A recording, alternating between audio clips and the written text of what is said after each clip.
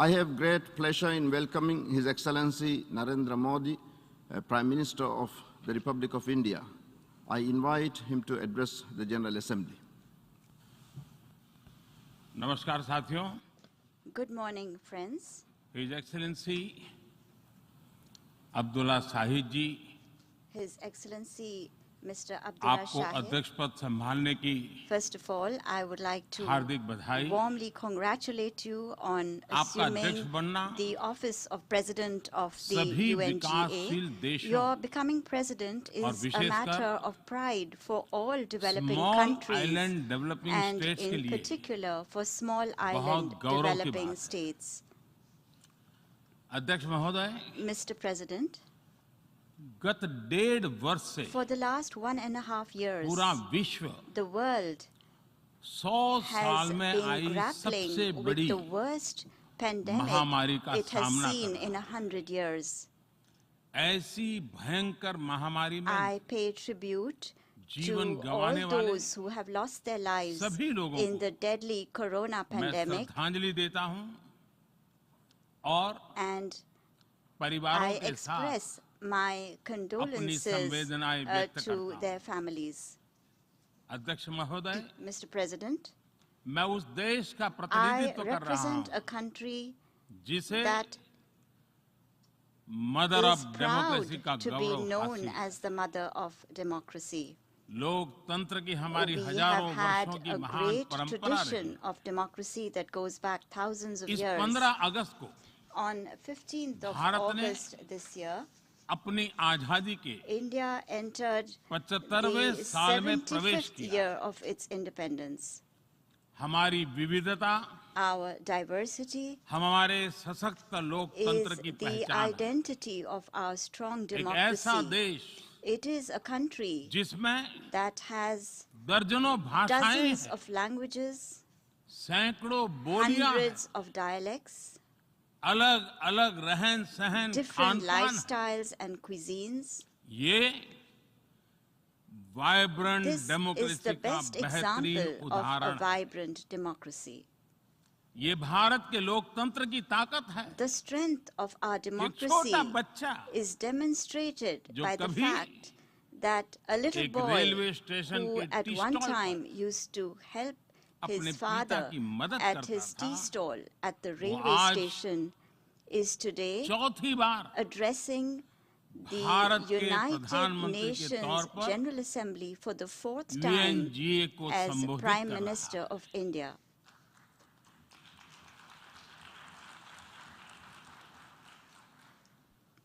सबसे लंबे समय तक I will soon Gujarat have का spent 20 मुख्यमंत्री years serving और my फिर countrymen as पिछले head of 7 साल government. से First as the Bharat longest के serving प्रधानमंत्री Chief के Minister तौर of पर मुझे Gujarat and then head of as government Prime की Minister भूमिका में for the last 7 years. देशवासियों की सेवा करते हुए 20 साल हो रहे हैं.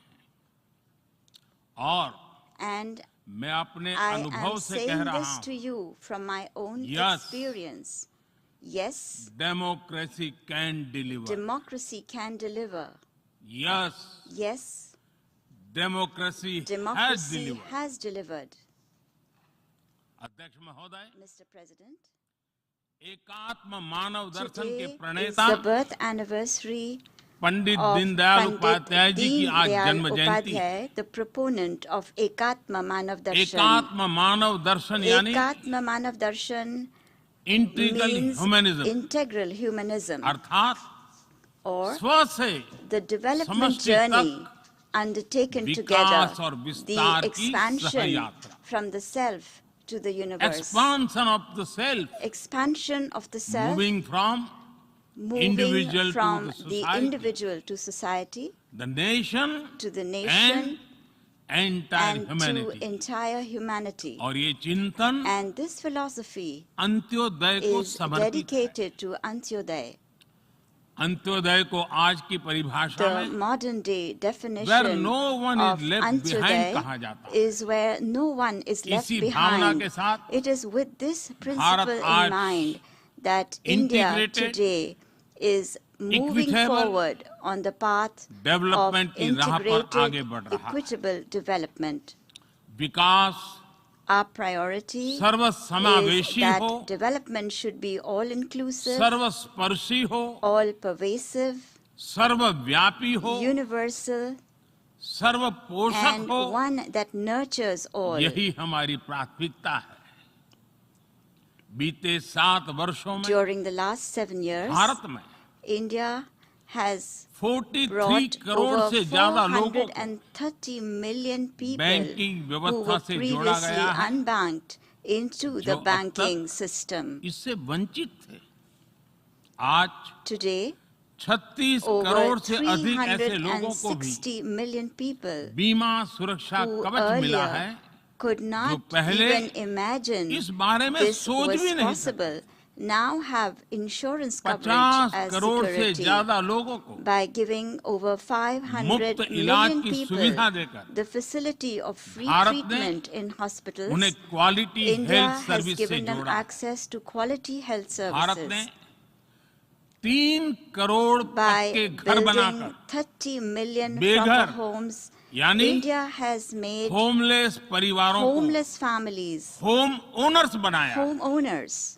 अध्यक्ष महोदय, Mr. President, प्रदूषित पानी polluted water भारत ही नहीं is a very big पूरे problem, विश्व not just for और India, खासकर but for the entire गरीब और world, and in विकासशील देशों particular की for poor and बहुत developing बड़ी countries. समस्या है।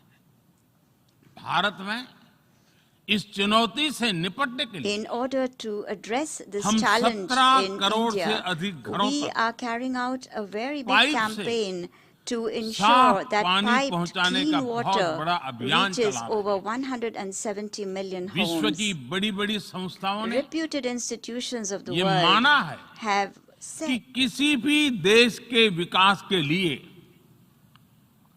वहां के नागरिकों के पास जमीन और घर के प्रॉपर्टी राइट्स यानी ओनरशिप का रिकॉर्ड होना बहुत जरूरी है।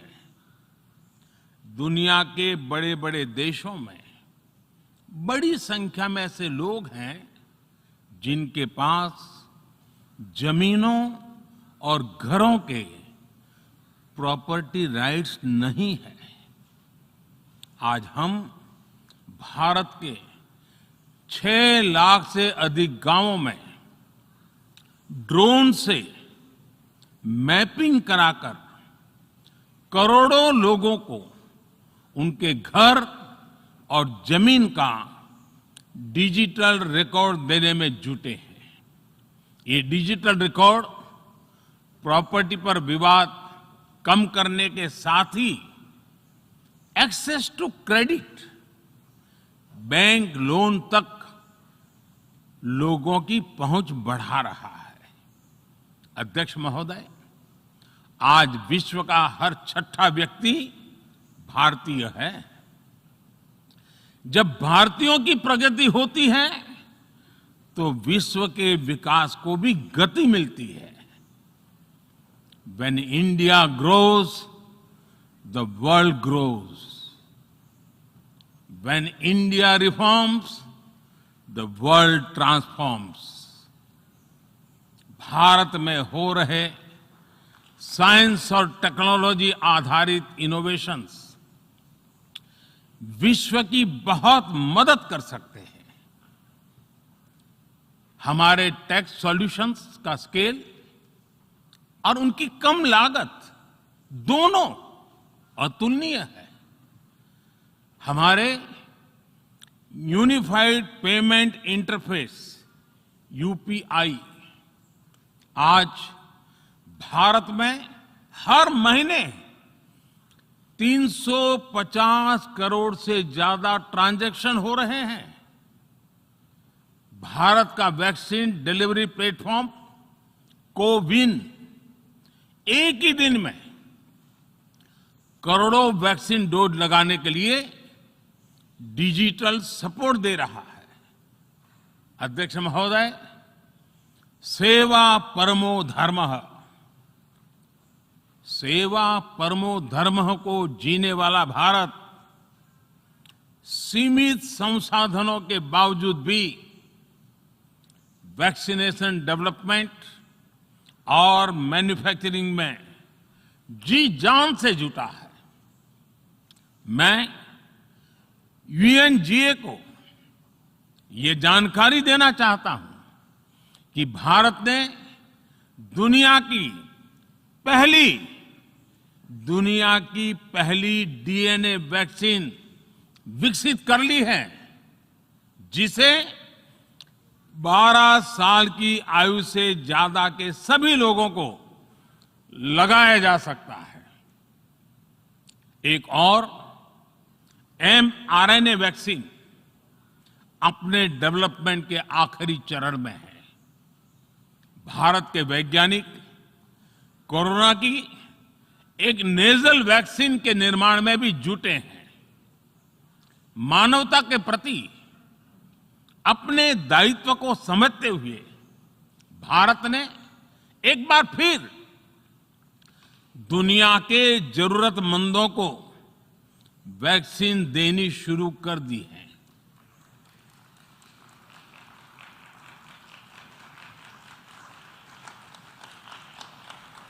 मैं आज दुनिया भर के वैक्सीन मैन्युफैक्चरर्स को भी आमंत्रित करता हूं, कम मेक वैक्सीन इन इंडिया। अध्यक्ष महोदय, आज हम सब जानते हैं कि मानव जीवन में टेक्नोलॉजी का कितना महत्व है, लेकिन बदलते हुए विश्व में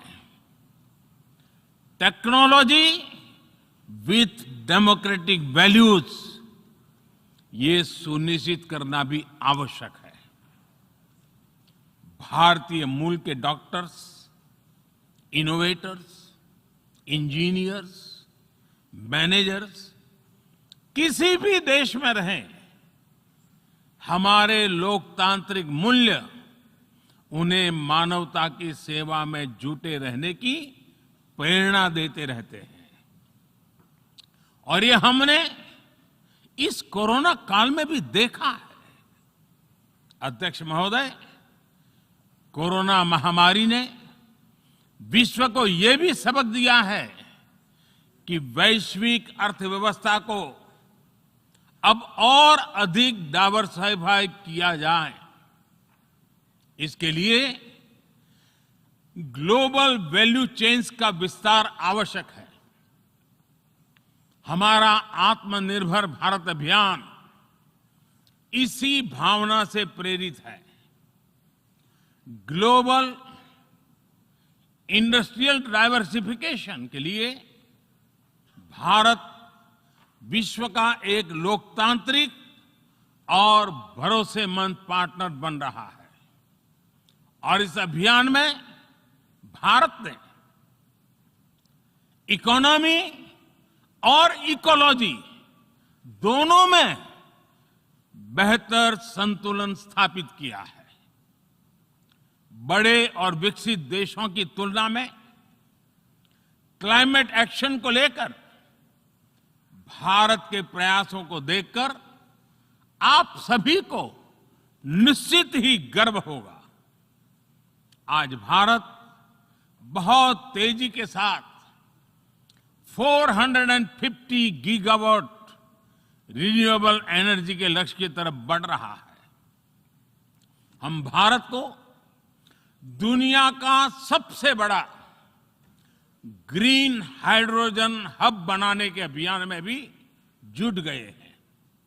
अध्यक्ष महोदय, हमें अपनी आने वाली पीढ़ियों को जवाब देना है कि जब फैसले लेने का समय था, तब जिन पर विश्व को दिशा देने का दायित्व था, वो क्या कर रहे थे। आज विश्व के सामने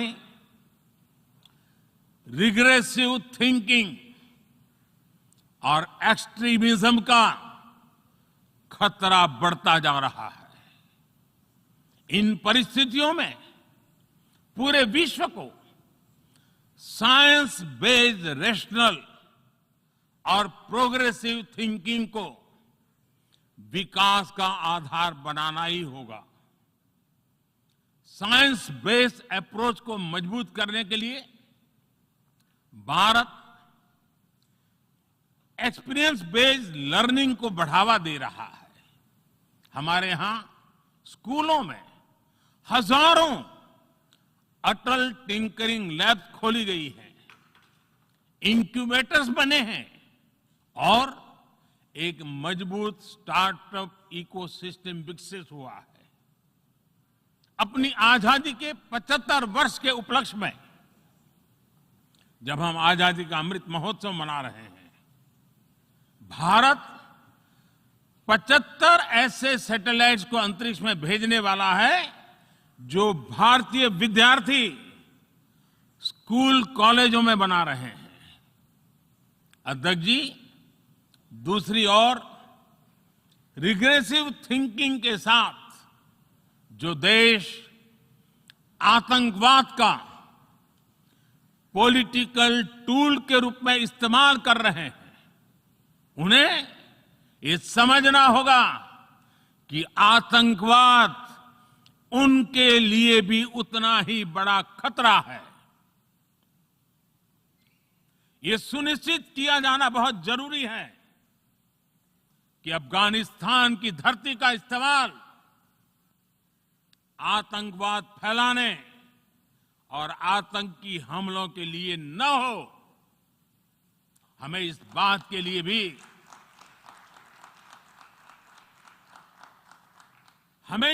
के लिए भी सतर्क रहना होगा कि वहां की नाजुक स्थितियों का कोई देश अपने स्वार्थ के लिए एक टूल की तरह इस्तेमाल करने की कोशिश न करें। इस समय अफगानिस्तान की जनता को, वहां की महिलाओं और बच्चों को, वहां की माइनॉरिटीज को मदद की जरूरत है और इसमें हमें अपना दायित्व निभाना ही होगा। अध्यक्ष महोदय, हमारे समंदर भी हमारी साझी विरासत है, इसलिए हमें ये ध्यान रखना होगा कि ओशन रिसोर्सेज को हम यूज करें, एब्यूज नहीं। हमारे समंदर अंतर्राष्ट्रीय व्यापार की लाइफलाइन भी है। इन्हें हमें एक्सपांशन और एक्सक्लूजन की दौड़ से बचाकर रखना होगा। रूल बेस्ड वर्ल्ड ऑर्डर को सशक्त करने के लिए अंतर्राष्ट्रीय समुदाय को एक सुर में आवाज उठानी ही होगी। सुरक्षा परिषद में भारत की प्रेसिडेंसी के दौरान बनी विस्तृत सहमति विश्व को मैरीटाइम सिक्योरिटी के विषय में आगे बढ़ने का मार्ग दिखाती है। अध्यक्ष महोदय, भारत के महान कूटनीतिज्ञ आचार्य चाणक्य ने सदियों पहले कहा था, कालातिक्रमणात् काल एव फलम पिबति। जब सही समय पर सही कार्य नहीं किया जाता तो समय ही उस कार्य की सफलता को समाप्त कर देता है। संयुक्त राष्ट्र को खुद को प्रासंगिक बनाए रखना है तो उसे अपनी इफेक्टिवनेस को सुधारना होगा, रिलायबिलिटी को बढ़ाना होगा। यूएन पर आज कई तरह के सवाल खड़े हो रहे हैं। इन सवाल को हमने क्लाइमेट क्राइसिस में देखा है, कोविड के दौरान देखा है, दुनिया के कई हिस्सों में चल रही प्रॉक्सी वॉर, आतंकवाद और अभी अफगानिस्तान के संकट ने इन सवालों को और गहरा कर दिया है। कोविड के ओरिजिन के संदर्भ में और ease of doing business ranking को लेकर वैश्विक गवर्नेंस से जुड़ी संस्थाओं ने दशकों के परिश्रम से बनी अपनी विश्वसनीयता को नुकसान पहुंचाया है। ये आवश्यक है कि हम यूएन को ग्लोबल ऑर्डर, ग्लोबल लॉज और ग्लोबल वैल्यूज के संरक्षण के लिए निरंतर सुदृढ़ करें। मैं नोबेल पुरस्कार विजेता गुरुदेव रविंद्रनाथ टैगोर जी के शब्दों के साथ अपनी बात समाप्त कर रहा हूं। शुभो कर्मोपोथे, शुभो कर्मोपोथे, धोरो निर्भयोगान, सौब दुर्बल सौन्योष होक अवसान। अर्थात अपने शुभ कर्म पथ पर निर्भीक होकर आगे बढ़ो, सभी दुर्बलताएं और शंकाएं समाप्त हो। ये संदेश आज के संदर्भ में संयुक्त राष्ट्र के लिए जितना प्रासंगिक है, उतना ही हर जिम्मेदार देश के लिए भी उतना ही प्रासंगिक है। मुझे विश्वास है हम सबका प्रयास विश्व में शांति और सौहार्द बढ़ाएगा, विश्व को स्वस्थ, सुरक्षित और समृद्ध बनाएगा। इन्हीं शुभकामनाओं के साथ बहुत बहुत धन्यवाद। नमस्कार।